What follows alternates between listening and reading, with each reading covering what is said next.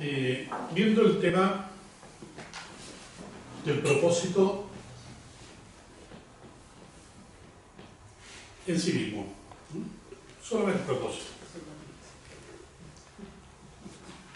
El propósito es una experiencia que tiene resonancia. Es decir, ustedes se acuerdan cuando niño que a lo mejor tuve una experiencia que hasta el día de hoy se acuerdan. Son experiencias con resonancia.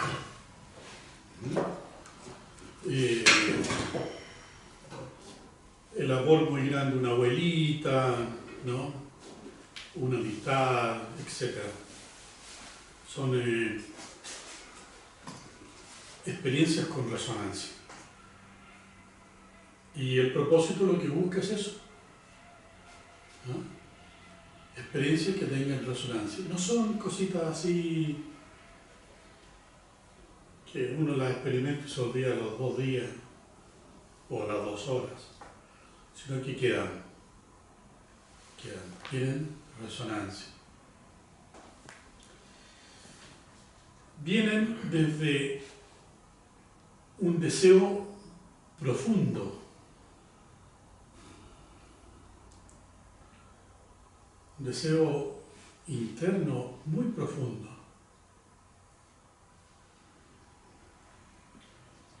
Es además personal. Cada uno va teniendo sus experiencias de acuerdo a su propia vida. Y no tiene que tener la experiencia de otro, ni otros tienen que tener la experiencia tuya. En esto es muy interesante porque la gente a veces tiende a que tú deberías tener tal experiencia como yo la tengo. Y eso repercute mucho y de mal forma. Es anti-libertad del espíritu. El propósito se trabaja antes de entrar a la ascesis. Si uno dice, yo voy a empezar a hacer esto tal día, de tal forma, por lo tanto empiezo a preparar el propósito. ¿Qué significa esto? Preparar un propósito significa clarificarse uno mismo. ¿Qué es lo que uno quiere hacer?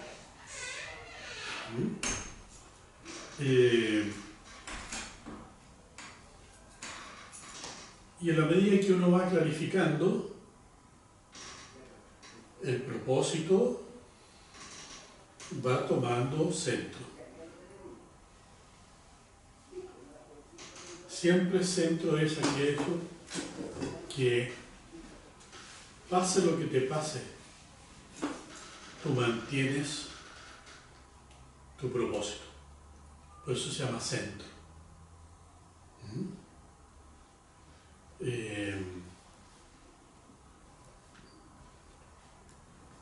También se basa todo esto en mecanismos de presencia y de copresencia. Es decir, presencia es, él está al lado mío. Está al lado. Pero copresentemente, yo conozco a su pareja.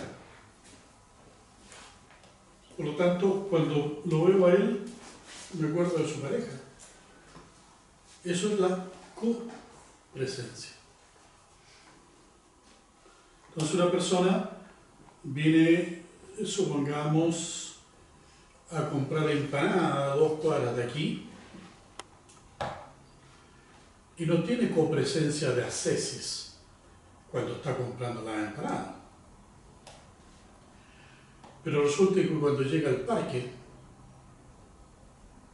aparece una copresencia de los trabajos nuestros, de nuestros intereses, nuestros propósitos, nuestras actividades, nuestras relaciones. Entonces el propósito trabaja con la presencia y la copresencia. Presencia, copresencia.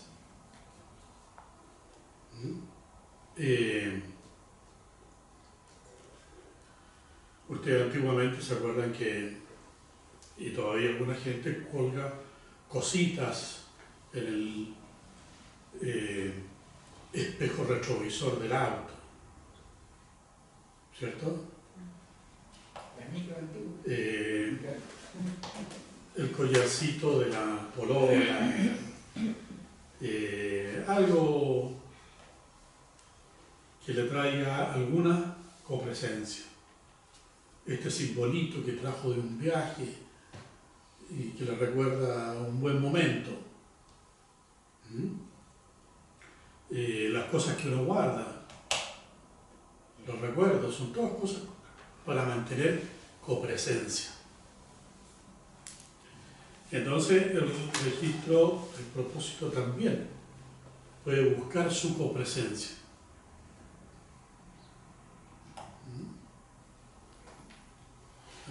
En formas, lugares, recuerdos, intereses, proyecciones a futuro. Todo eso es copresencia.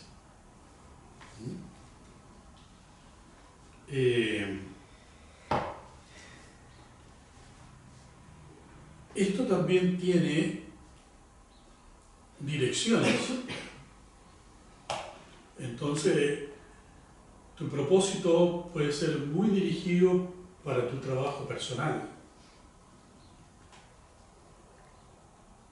Tú dices, mi cosa es introyectiva. Ese es el término, ¿no? Es introyectiva. Ese es mi interés. Y para otro, dice, no, a mí esto me gusta porque puedo ser proyectivo. Es decir, en uno es para mí y en otro es para otros. Fíjense bien lo que uno hace cuando hace trabajo interno y dice, me siento muy bien con mis avances, con mis cosas, y qué bueno porque esto va a ayudar a mis hijos, va a ayudar a mis relaciones cercanas, a mis familiares, a mis amigos, porque estás buscando el bienestar de otros, es más proyectivo. Nosotros, por lo general, casi todos nuestros trabajos son muy proyectivos, pero siempre buscamos hacerlo con otra gente. Y es mucho más interesante que yo esté aquí hablando de esto, a que estuviera solo, ¿me entienden? Entonces, estas cosas de la introyección y la proyección son para darle vueltas también.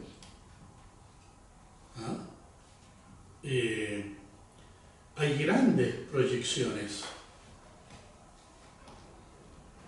Cuando la gente dice, necesitamos un mundo mejor. Pero de verdad, ¿no? O sea, necesitamos un mundo mejor. Cosas están muy complicadas en todas partes, en todos los ámbitos, ¿no? En el fondo estás expresando un propósito proyectivo.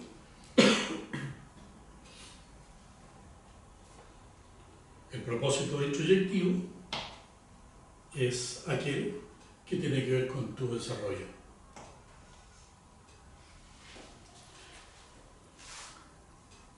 También es parte del propósito, también es parte de esta clarificación que hemos hablado. Yo clarifico mi propósito, ¿no? Y hay gente que tiene relaciones familiares muy fuertes y todo lo que quieren es que esas relaciones familiares sean cada vez mejores. Entonces busca, dice a mí, las CESIS, mi comunidad, mi actividad, tiene que ver en que yo soy mejor y puedo aplicárselo a la gente que yo quiero. Y puedo ir mucho más allá y decir, ojalá que ese bienestar le llegara a la sociedad. Y hay momentos en el mundo históricamente en que toda la gente empieza a tener una frecuencia de que hay una necesidad de un mundo mejor. Y ahí es cuando cambian, ¿no?, los grandes cambios históricos. No porque a uno se le ocurrió, porque a muchos, dice, hay necesidad de un propósito mayor. Lo proyectivo siempre tiene que ver con uno, y por lo tanto es también un crecimiento, Sí, claro. Introspectivo también. Sí, sí. ¿Ya?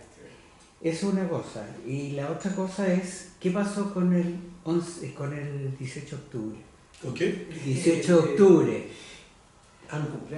Efectivamente, todo el mundo estaba por el cambio y no se logró el cambio. Claro. Bueno, ahí vienen los temas históricos que van pasando los años y van surgiendo cada vez más interpretaciones. Y después de la interpretación de la interpretación. Y se va creando una nebulosa, dice, que realmente, ¿qué fue lo que pasó? Como fue en mayo del 68. Entonces, en mayo del 68 nadie lo entendió, cómo un grupo de estudiantes con los trabajadores de los camiones de basura paran a París. Y no solamente París, sino que empieza Tokio y México y Chile, y empieza a surgir una cosa que está, ¿no?, en el ambiente. Y claro, por supuesto nadie lo vio venir, al igual que acá, igual nadie lo vio venir, pero después aparecen todos los que interpretan. Entonces viene, bueno, la interpretación de A, de B, de C, de E. La interpretación no siempre es realidad, es más bien un acto de libertad. Por ejemplo, si una persona sale de su casa a trabajar a las 8:15 de la mañana, sale a su casa, dice, tengo que llegar rápido, qué sé yo, bien vestida para ir a trabajar, y saliendo de su casa ve que en los matorrales hay una lata de cerveza tirada. O sea, alguien se toma la cerveza y la tira ahí. Entonces viene la persona, toma esa lata de cerveza y dice, tengo que botarla en un basurero, no la puedo dejar ahí. Pero a la medida que va caminando no encuentra basureros y va llegando al paradero y toda la gente la mira ¿Y cree que se la tomó? Esa es la interpretación. e interpreta, ¿entiendes? Pues la interpretación nunca es un acto de libertad. Yo creo que hace frío y él dice no, hace calor. Interpretamos diferente. Oh, Muy bien. distinta edad.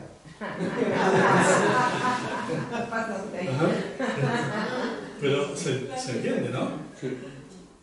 Entonces, con lo de octubre, bueno, imagínate cómo van a venir la interpretación de la interpretación de la interpretación. Así que muchas de estas cosas quedan siempre en la historia.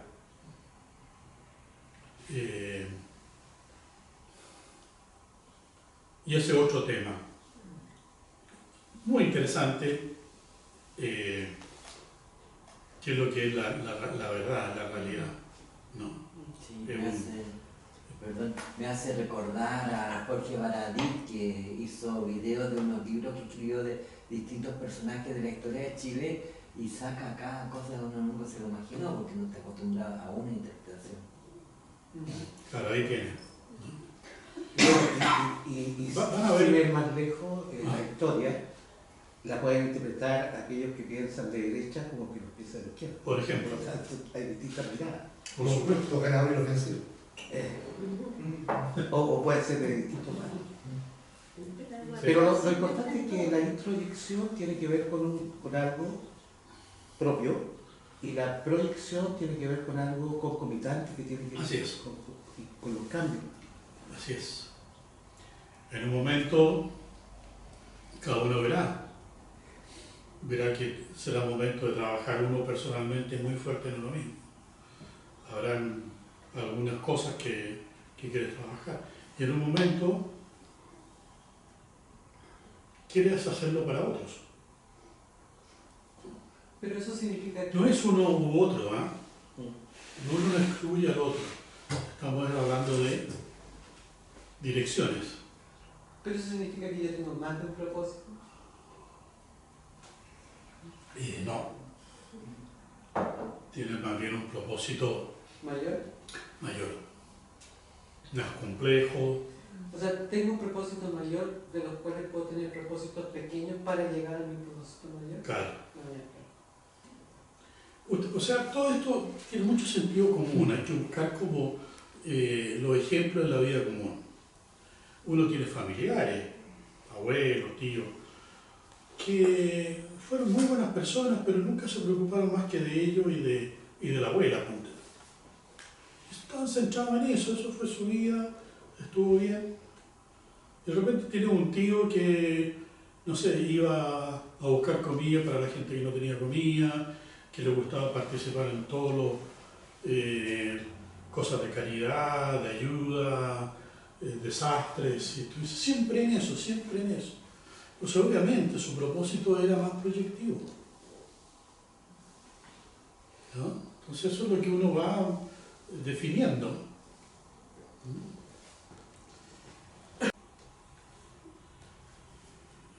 No está anclado en el yo.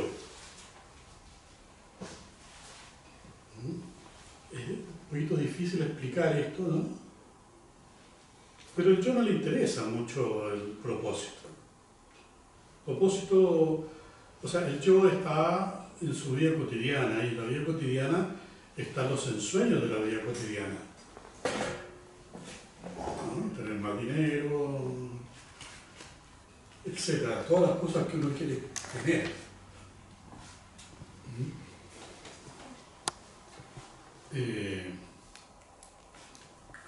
Por lo tanto, uno podría decir que el propósito es una intuición profunda.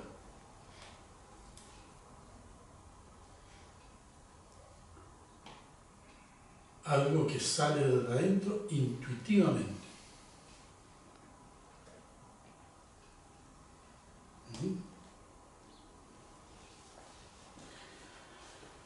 Uno se dirá, bueno, ¿y qué hacemos con todo esto ahora, no? Tenemos el propósito, ¿verdad? ¿Para dónde vamos con esto? Y uno va hacia lo que llamamos los espacios profundos. Los espacios profundos. Mucha gente puede tener problemas con la idea de un espacio profundo, ¿no? De hecho, necesita un poquito de estudio. ¿Ah? Y eso está en Psicología 4, que también es una forma de psicología trascendental, que trasciende a lo cotidiano. Ese espacio profundo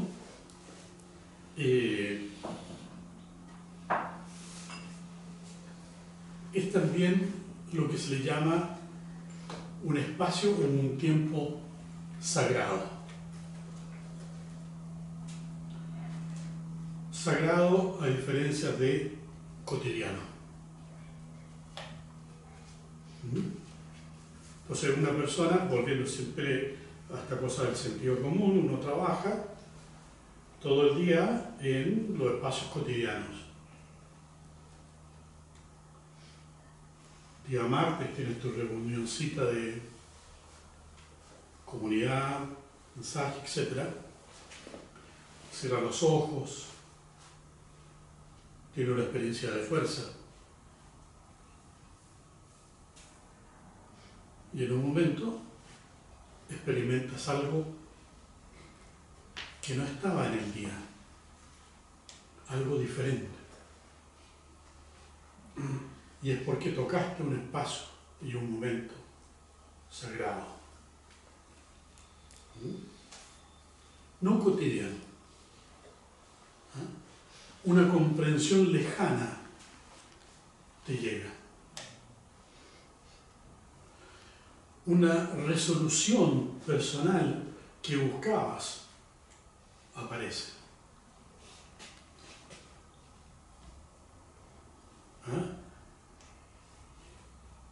Esa cosa que no podías dilucidar,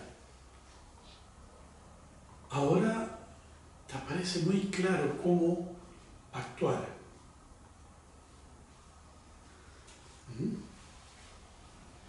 Una emoción libre de la cotidiana, con los líos que uno tiene con ciertas personas. Y que en ese momento,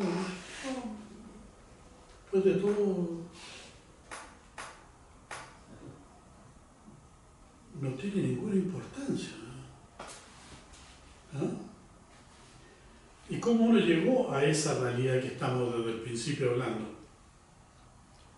Es porque llegaste a un espacio y tiempo sagrado. Ese tiempo curioso que tú dices, yo desde la casa al trabajo me demoro 1 hora, y en una experiencia de fuerza tú tienes una experiencia muy importante, fuerte, y no sabes cuánto tiempo estuviste. Pareciera como que fue mucho, y parece que fueron unos minutos, ¿no? Por lo tanto, todo esas cosas que nosotros hacemos a través de las ceremonias, la experiencia de fuerza, son las experiencias con los espacios profundos.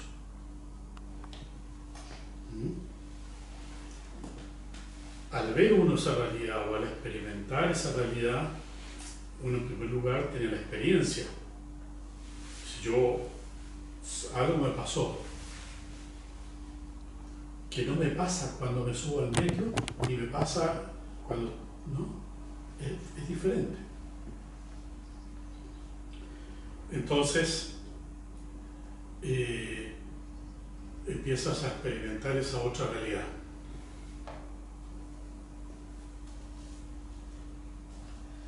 Hay unas formas específicas de ir a estos espacios profundos que se llama la entrada. Y la entrada, como tal, tiene procedimientos. Tú no simplemente no puedes decir, oh, voy a entrar. Es un poquito más complejo. Y la entrada opera desde adentro y desde el centro de la cabeza.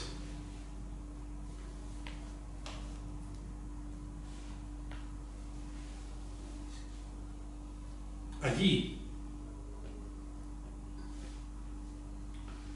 cuando hay una sensibilización que está detrás de los párpados, o sea, el centro de la cabeza, y experimentas esa sensibilización, hay un pequeño movimiento hacia atrás, una cosa así, ¿no? que te registra la sensibilidad. Los centros, todos tienen plexos, ¿no? Entonces, el centro sexual tiene su plexo productor, el motriz, el epigástrico, el emotivo, el corazón, el cardíaco, y luego tenemos el eventual faringio, y el centro luminoso está al centro de la cabeza. Lo curioso es que el centro luminoso no tiene plexo.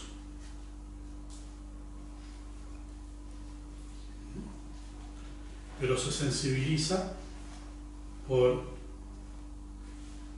la imaginación, la sensibilización que tú tengas.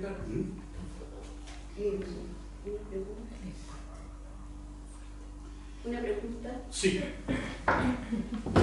Estos centros son como en otras partes, ¿le dicen los chakras?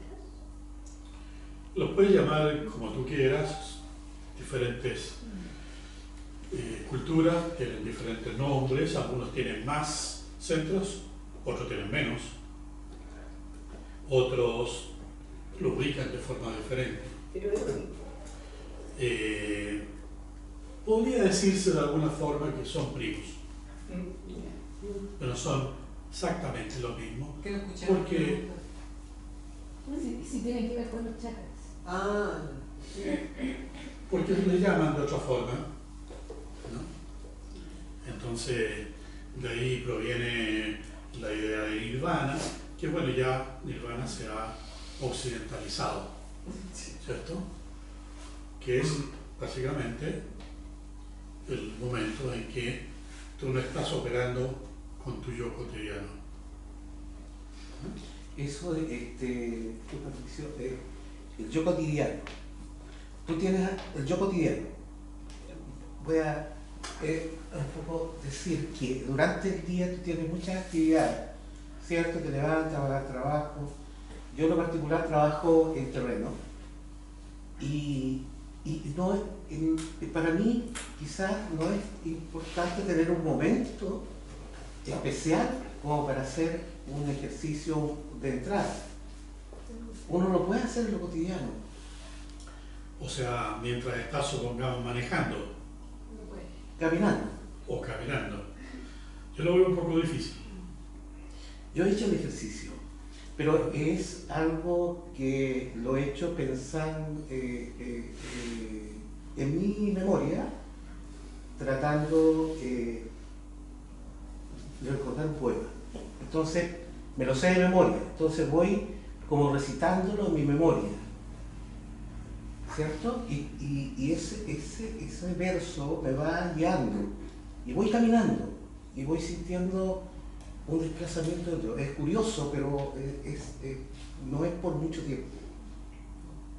Pero mi propósito está claro ahí, que tengo que estar bien para llegar a lo que voy a hacer. O sea, el propósito está bien, el tema es la entrada, ¿no? Sí, no son cosas iguales, ¿no? El propósito es lo que tú quieres, es la dirección, y la entrada es abrir la puerta. Sí, que te dejen entrar. Claro, y para eso necesitas estar en un tono y en un procedimiento adecuado a ese procedimiento. El resto no, pero el propósito lo puedes tener todo el día, y de hecho debería estar todo el día, Sí. ¿no? Y claro, Lo mismo. yo lo veo, por ejemplo, en los artistas, porque ellos hacen algo que no lo creamos. En el caso de, por ejemplo, de Jim Morrison, me recuerdo que el tema de sus composiciones las desarrollaba en estado de actividad diaria. Y cuando iba a hacer su estreno de la canción y ponerle música, estaba en actividad. Pero ahí había algo relacionado también con algo mayor que ciertos artistas Y era la buscan. droga, pues, Ricardo. Puede ser. Eso le ayudaba. ¿Qué dijo? O sea, yo creo que si uno camina, ya no puede desplazar el yo porque el yo es el que está caminando. Y no es uno, no es, claro, no puedes desplazar el yo si es que va caminando.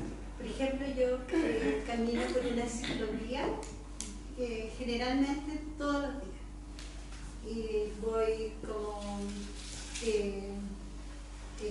haciendo o sea, orando la oración nocturna. Eso a mí me saca un poco de lo que yo estoy haciendo en ese momento, que es caminar. Y me saca un poco de ver la cantidad de autos que pasan. Y me provoca una sensación de conmoción. Pero esa no es mi entrada.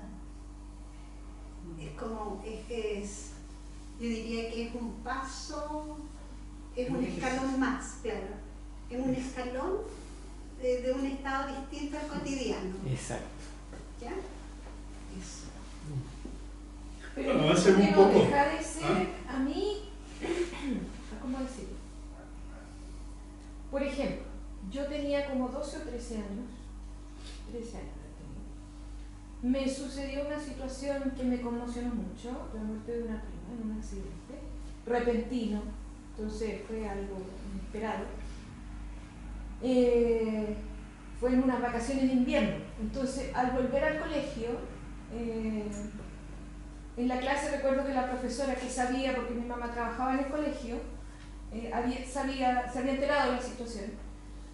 Estando en una clase, la profesora ya, yo acá sentada, mis compañeros, qué sé yo, llena gente, la profesora me empieza a preguntar y yo le empiezo a contestar. En ese minuto yo me sentía como que estaba en el aire y ella me empieza a preguntar cómo me sentía yo y qué sé yo, y yo le contestaba.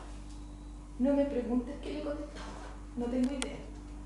Yo sabía en ese minuto que le contestaba correctamente porque la profesora no me mandó inspectoría, pero yo en ese minuto no sabía qué le contestaba, qué me preguntaba a ella, nada. Yo solo era como que me veía a mí, la veía a ella desde otra parte. Entonces yo siento que de alguna manera uno en lo cotidiano igual puede acceder a esto distinto. ¿Cómo se hace? No sé. Yo en ese minuto no sé cómo fue. Pero hay momentos en que sí se puede,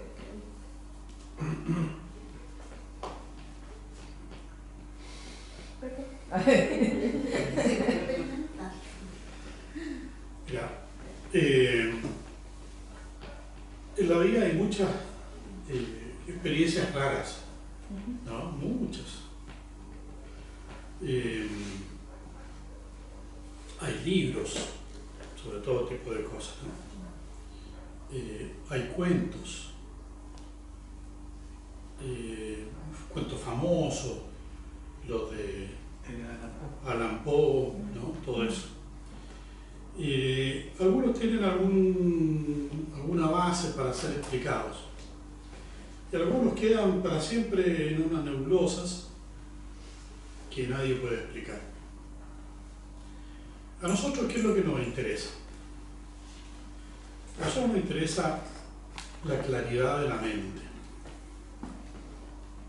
no la oscuridad de la mente.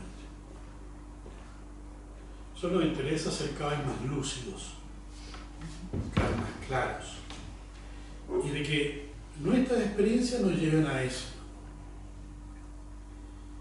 Entonces, tu pregunta nuevamente es bastante buena porque da el pie para pasar a otro capítulo, que es el siguiente. ¿Hay otros tipos de ascesis? Sí. Hay ascesis, por ejemplo, macumberas, trances macumberos. La gente va, toma sus líquidos, los tambores que te dan ritmo, el calor, el ambiente. Las comidas. Y en un momento determinado ese yo desaparece y aparece otra cosa, ¿no? Sucede con el alcohol, cuando se toma en grandes cantidades. Lo hablábamos recién, ¿no? La persona es tímida, se toma 2 o 3 botellitas y quiere pegarle a medio mundo, a que se vengan todos uno a tira, y si va manejando, olvídate, le mete la pata ahí al doble de la velocidad y no importa. Es decir, esto del desplazamiento del yo y del oscurecimiento también del yo existe, ¿no? Tienes, entonces tienes ascesis macumberas, por ejemplo, ¿no? Hay unas excesivamente místicas, ¿no? Entonces, dependiendo de tu conocimiento, tu experiencia, o verás a la Virgen o a Dios.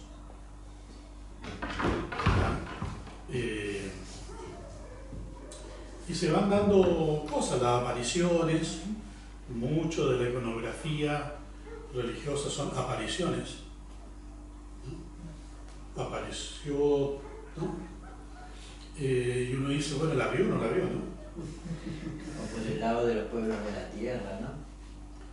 Claro, bueno, pero ¿a dónde te lleva todo esto?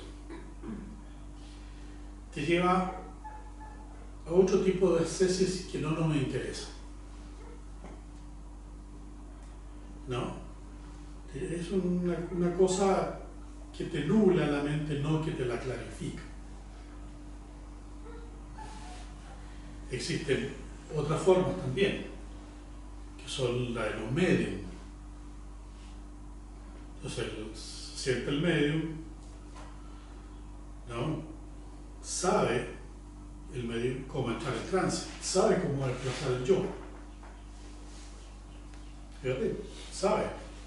Entonces hace 2 o 4 cositas y empieza la escritura automática, ¿no? Mensajes del más allá, con los muertos, etc. Y también eso es un desplazamiento. Hay gente que le achaca lo paranormal, entonces te dice, acabo de saber de que te vas a chocar la próxima semana, y esa persona pues choca. Entonces, claro, queda el desastre, cómo se supo, ¿no? Todo eso es muy interesante para la gente que estudia este tipo de fenómenos. Nosotros no estamos en eso, ¿no? Hay gente que se dedica y está muy bien, ¿no? Lo nuestro va buscando realidades muy claras, una lucidez mental, ¿no? Nuestro centro, curiosamente, se llama centro luminoso, el que queremos que despierte, de luz. Pero sí, uno puede entrar en un interminable y larga cadena de anécdotas relacionadas con estos temas de la clarividencia, la premonición, etc.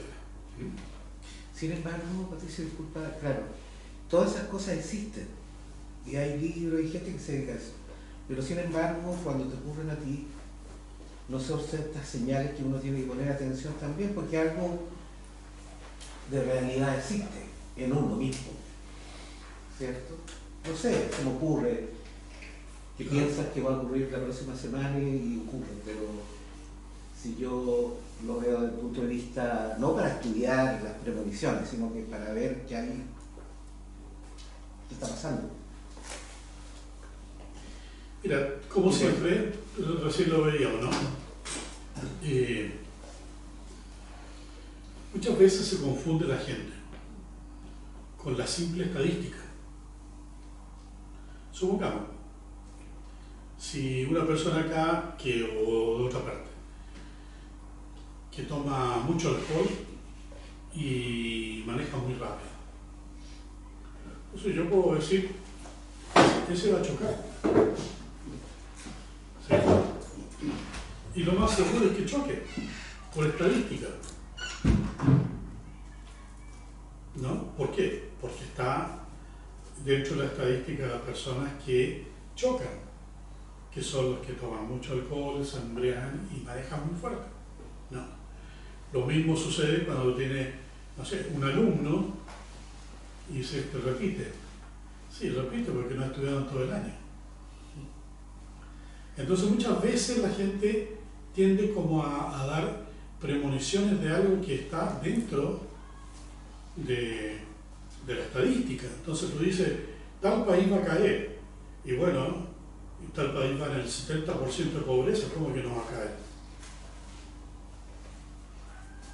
¿Entiendes? Entonces, muchas de las cosas que la gente habla, a veces son cuestiones que uno, estadísticas de sentido común, ¿no? La persona que come mal, bueno, cualquier doctor le va a decir, te da diabetes. Sigues comiendo así, te da diabetes. Pero no es una premonición, es simplemente estadística. Bueno, avancemos un poquito, ¿les parece? Ya. ¿Qué más?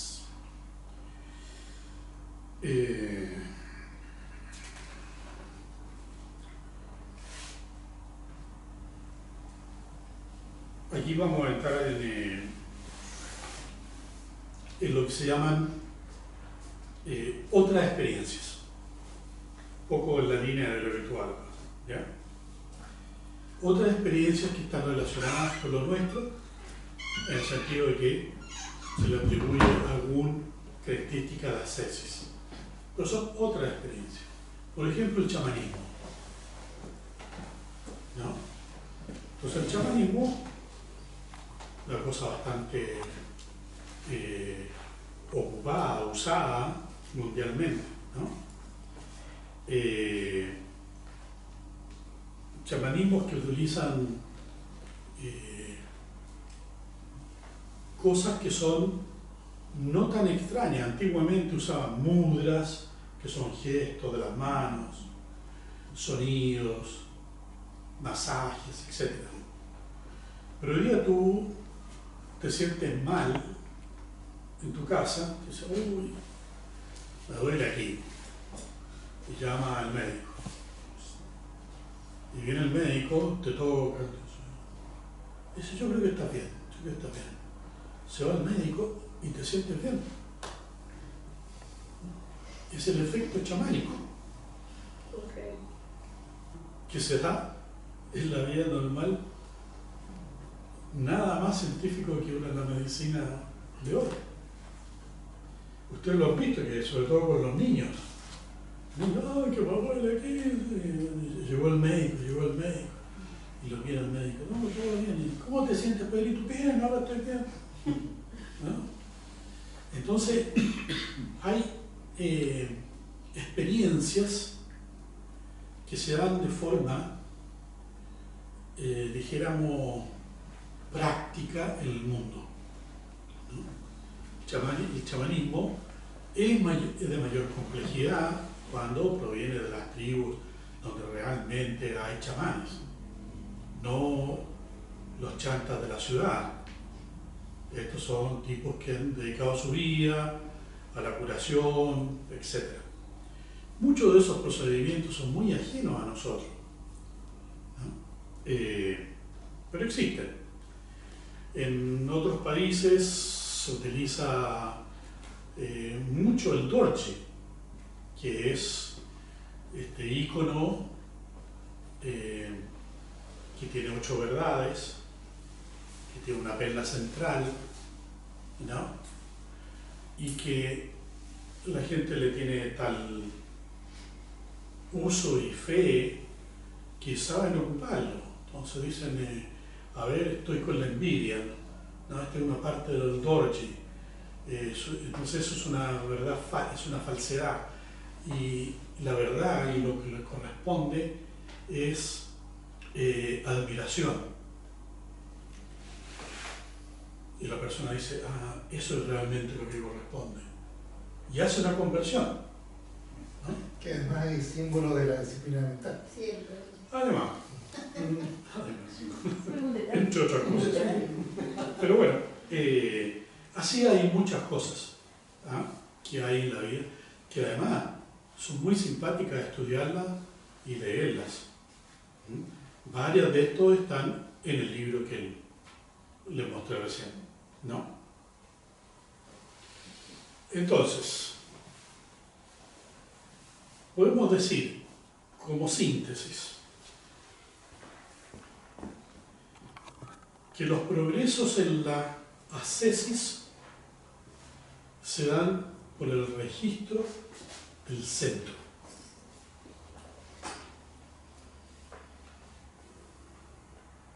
En otras palabras, una persona que trabaja paulatinamente en su ascesis va adquiriendo centro. Se desloca o se disloca cada vez menos.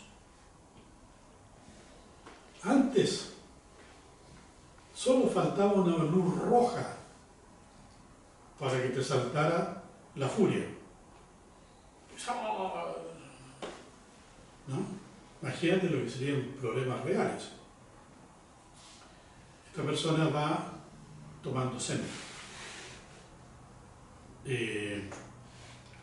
Y ese es el registro interno de comportamiento del progreso en la ascesis. He ahí la síntesis. Uno dice, yo estoy cada vez más elevado. Y